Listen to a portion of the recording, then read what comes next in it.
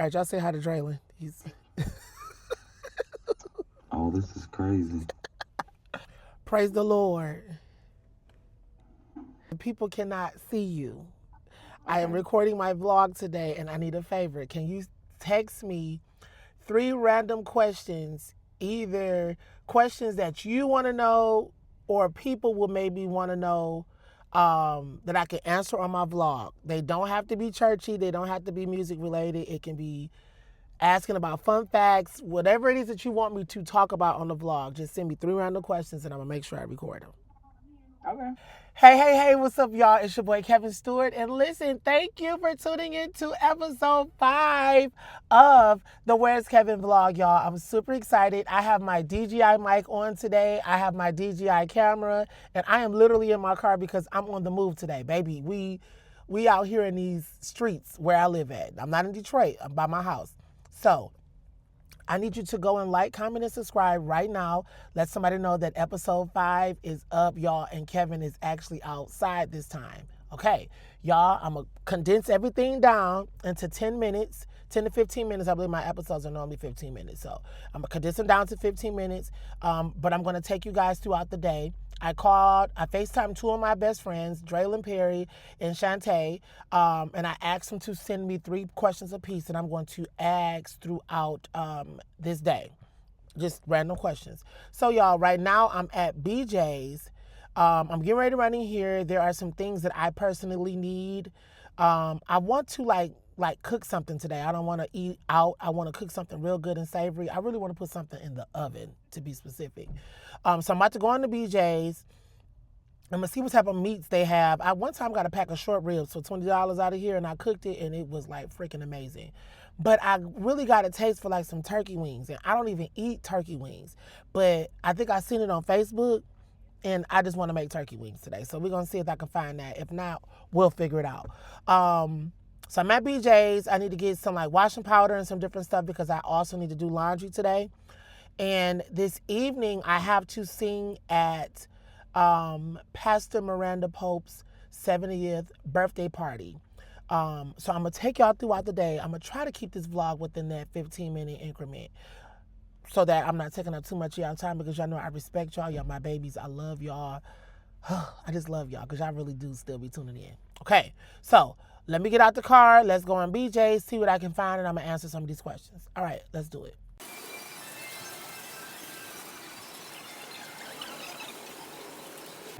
All right, y'all. So I am in the store and I do not see any turkey wings. So since I don't see any turkey wings, I do see these amazing short ribs. I'm just trying to decide if that's what I want to do. Now I did get this little thing that has shrimp and scallops with like this garlic butter situation. That's only $8.79 that I was like, okay, I could just throw this in real quick for like a quick little lunch because I got some jasmine rice at the house and this will actually go good on top of the jasmine rice. I ended up getting some BJ's cookies. Pray for me. I got a big thing of spinach from here. It was like only $4. I thought it was big. So I got this, a big thing of spinach. Got me some washing detergent. I got the beef chuck under thing. I got the short ribs, and I got this little shrimp and scallop thing that I'm gonna eat for lunch. Okay, so let me jump into some of these questions really quickly, and I hope y'all can hear me. All right, so these are the 3 questions from Dre Perry. So let's see what he's asking. All right, the first thing he asked me is, do you believe in magic?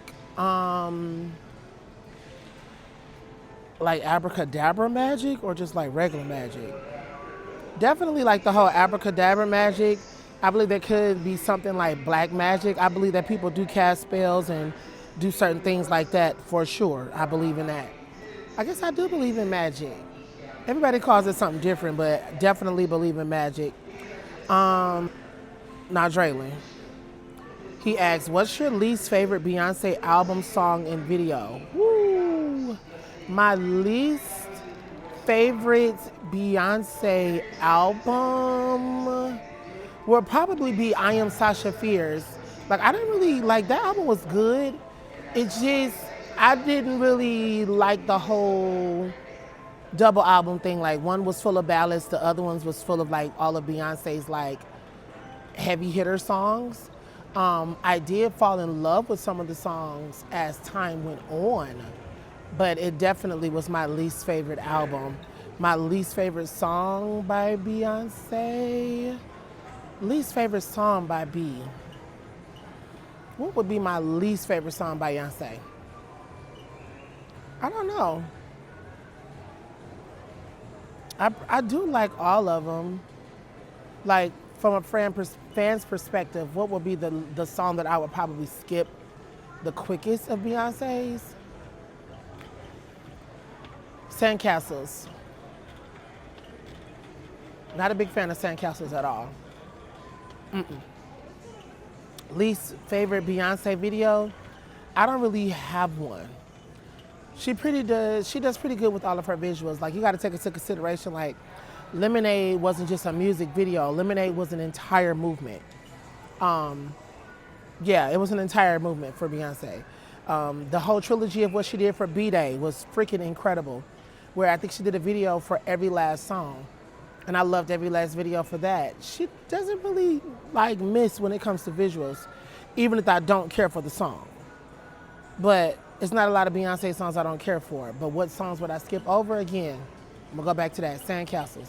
There's something about it I really don't. I love the piano, love it, but it's just not one of my favorite Beyonce songs at all. Yeah. Have you seen these Epstein emails? No, but let me get back to you. Let me look at what it is. And maybe I have, but let me actually look it up. Okay, good people. So I ended up spending $83 and 78 cents. How you doing? Good, how are you? Good. There we go. You have a good day. Never come to BJ's hungry. Okay, that's the new rule. Oh, I need to get some foil so that I can wrap the pans with the meat in it. And then I need to get, I need some beef broth because I definitely want them to sit in the broth. I'm trying to think which one I want to cook first today. Do I want to do the short ribs today or do I want to do the beef? But I think the 4 short ribs would be better. I think I'm going to do the short ribs. I just got to get like the stuff to make sure that it's going to be tender and stuff when I take it out the oven. You feel what I'm saying? Hey, family. All right, y'all. So I managed to get home. I did braise my short ribs. I put an orange pepper in there and an onion with a little bit of beef broth after I seared them on both sides. Put them in the oven for 3.5 hours. They are still going. I actually have to hurry up and get dressed because I have to leave for the event in a couple minutes. And I'm gonna let them cook on even lower while I'm gone, but I think they should be pretty good by the time I get back to the crib. Okay, I did manage to do my laundry. One load is still in there because it wasn't completely dry. I did have a nice lunch. I had the shrimp scampi with the garlic butter thing with the scallops in it over a bed of brown rice and quinoa, which was totally amazing. With some kombucha, and I had some water too. Okay, so I'm just about dressed. I have on my black slacks. I have on my white beater, and I've layered on these fragrances. These are a few things that my homegirl Ingrid gifted to me. This is a really dope fragrance, and I also paired it with this really dope fragrance as well. Love these. And then as an overcoat, I did this jasmine petals and cider wood that I got from TJ Maxx. And then I also threw on a little bit of this Bad Boy, which I got from Macomb Mall. I actually like his version of Bad Boy than any other oils that I've tried. It's just something about it. It sits well. Okay. So did what I needed to do today. I didn't get an extra nap in, but I'll be okay. Last but not least, before I let you guys go, let me jump into these questions that I got from my best friend, Shantae. Shout out to Draylon Perry and his questions. Now let me jump into these last 3 questions that I asked my best friend for, and then I'm going to close this episode out. All right. I'm going to do them out of order. She said, one of the questions is, what is your absolute favorite cocktail and absolute favorite dish to eat or make? Okay. Ooh, my absolute favorite cocktail? It depends. What have I had recently? I am in love most recently I've fallen in love with, there's this drink this cocktail that they made me before we got on the plane to go to Vegas, where it had champagne, blood orange, a shot of tequila, and orange juice. They said it was like some type of elevated mimosa. Let me tell you something. That thing was amazing, and it gave me literally everything that I needed. So I think that little elevated mimosa is probably my favorite. I'll probably do an episode or something on some of my favorite cocktails to get, depending on the restaurants that I'm at. Got me? Favorite dish to make is always going to be any type of soup. I love soup. If I could be a soup, I would be a chicken noodle soup. I love soup so much. My favorite soup to make is probably most recently chicken and dumplings. Shout out to my homegirl Treasure. She gave me a very, very, very dope, easy way to make it. So that has made me fall in love with making chicken and dumpling soup. So that's question number 1. I'm using Sacred on my hair, y'all, by the way. This is the moisture sealing lotion that locks it in, and I'll use some of the oil too. Okay, next question. I'm trying to move fast.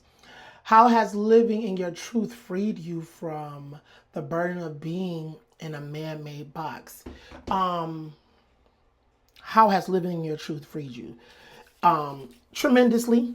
It took me a long time to get to the point where I didn't care about people's opinions, and I just wanted to live a holistic, happy life for myself versus trying to live up to a standard that was just so man-made, in my opinion, that when I finally was able to get free and start living in my truth, it just helped me to understand that I was denying myself true happiness. Now, if I can be honest, my truth is defined as my truth because it's what I found to be truth of what I needed. That was a lot, but you get what I'm saying. Because some people's truths may not be fundamentally rooted and grounded in good morally understandings or things that help them not to do other people harm. The truth that I'm deciding to live in, the truth that I am deciding to live in, is solely based upon me wanting to give love, respect, joy, and peace to myself and to those around me.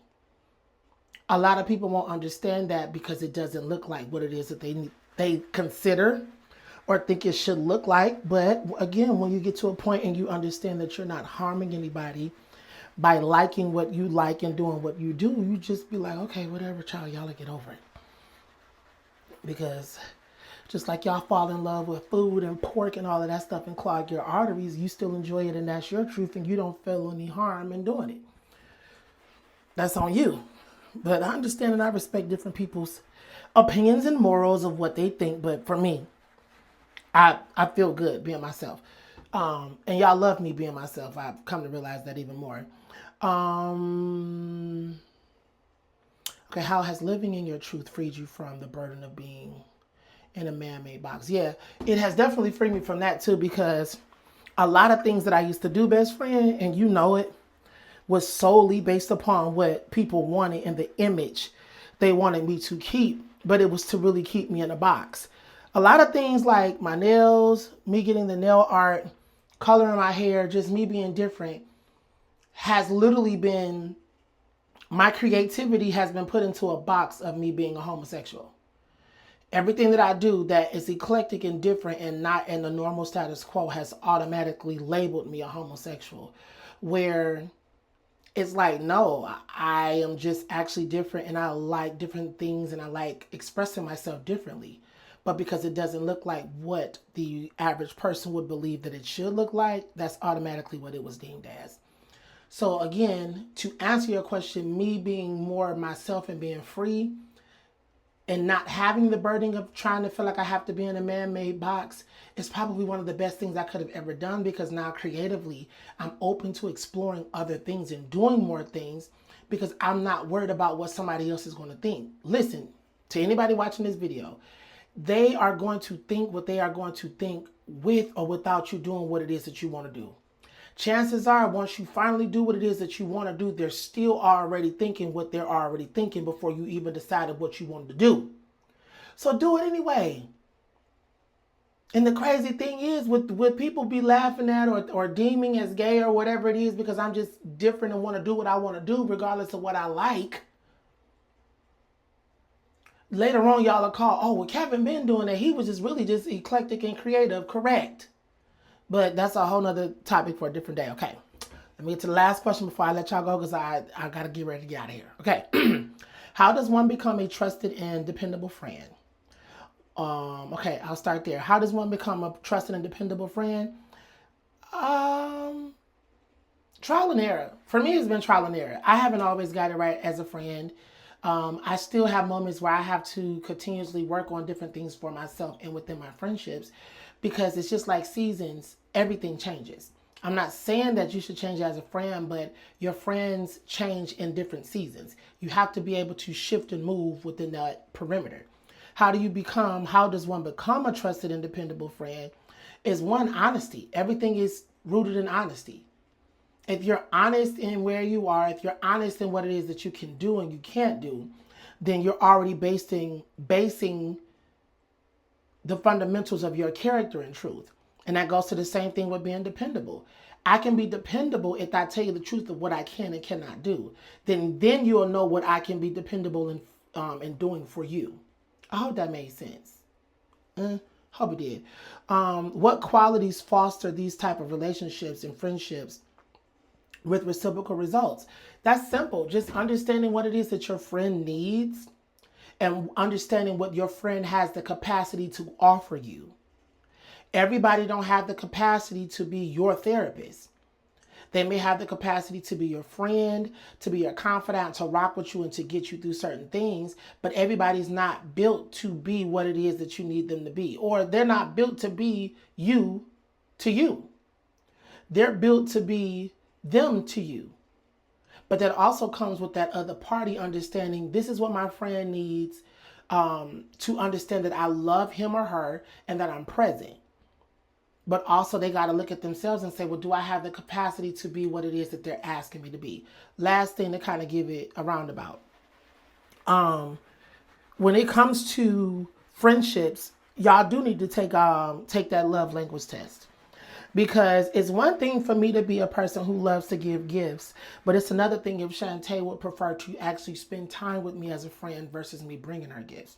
I know my bestie loved me to bring her gifts, but there are times where I know, man, me and Shantae know we need to physically see each other, commune, have a good time, and just reset and get, align ourselves with each other to make sure that we're good. That's one of the attributes of our friendship of what we need for communication. But if you never take the time to ask your friend what it is that they need or how would they like to receive love, then you can't be a trusted or dependable friend because you don't even know how to show up. Take the time and ask your friend, how can I show up for you in this season? What is it that you need from me in this season? And then let me say, okay, I have the capacity to do that. Or you know what? I may not be able to show up fully in this area, but I can do my best to make sure that I'm tapping in with you the way that you need me to. Okay?